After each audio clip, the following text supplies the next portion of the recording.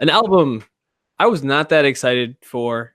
James Blake as an artist has always he's intrigued me, but he's never really hit the mark for me either. I've always kind of again seen him as like a sad boy.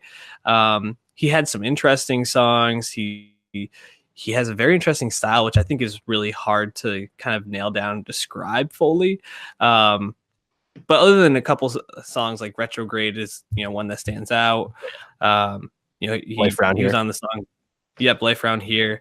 I never really got into him. So when I heard Assume Form was going to be dropping, I was like, I'm going to listen, but I don't know if I'm going to like it. And boy, was I fucking wrong. Mhm. James Blake on this record, Assume Form, goes from being a sad boy into being like a very happy, like with like in the throes of love, like just very flowery person. And I'm here for this James Blake, because I thought this was like a masterpiece, to be honest. It's a very, very good record in my opinion. I think he draws a lot of new sounds into this too. It sounds like a lot of like Asian influence in his sound, kind of similar to like Aqueous Transmission from fuck, I'm blanking on the name. It's not Sublime. It's I'm gonna look that up while I go, because I forgot to write that down. But he really draws a lot of different sounds into this. I think really add a lot to it. But what did you think of this before we get too far in? Yeah, I'm kind of with you. I've always like checked in on James Blake when he releases new music, but he's always been an artist that has kind of been hard to get into, not the most accessible music, to put it simply.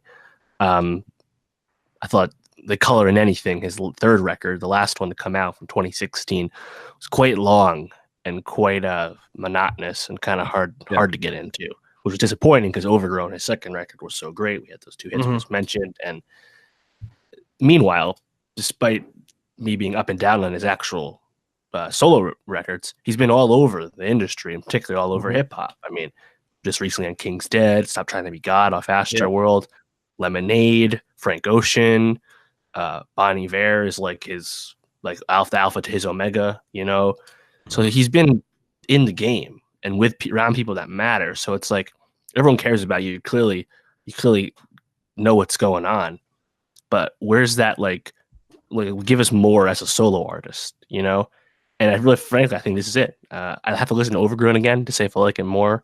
But I think I like this one more because I'm with you. I think Assume Form is quite a cohesive record, and the vibe is really, really succinct. It's also much more accessible and easier to get into. You can float in and out with this. You can actually try and listen to what he's saying and realizing that he has grown as a person, as a man, or you can just kind of vibe with it and listen to like the one with Travis and Metro. What was it, like How High or whatever it's called? And that's just like a total vibe song. But then, you go throughout the record, and like I think there's just a lot of cool moments on this. And that one song, which he actually released back in May, called Don't Miss It, where he like does that like weird distortion with his voice. I was like, oh, that was cool, because he's do that all the time. And he didn't really do that at all on this new record up until that point. And I thought the sequencing was really good for that. And of course, the Andre 3000 verse. I mean, come on, man. Yeah, classic Andre, dude. And I actually think he works in the like Moses Sumney, who's on this, Rosalia. He really works them into the songs beautifully, and he lets them influence the song without letting them take over the song, which I think can happen when an artist like James Blake brings and tries to influence a song around that artist's personal influence and sound. By the way, just going back, Incubus is the artist behind Aqueous Transmission. But yeah, I heard a lot of that throughout the first part of the album, and I think the second half of this album is like you really can't skip any of these songs. Basically, from the moment "Can't Believe the Way We Flow" starts, I think that there's not a moment on this record that I don't find totally intriguing. Power On, I think, is just a great song that really like there's like a change up in there at one point that I thought was really wonderful.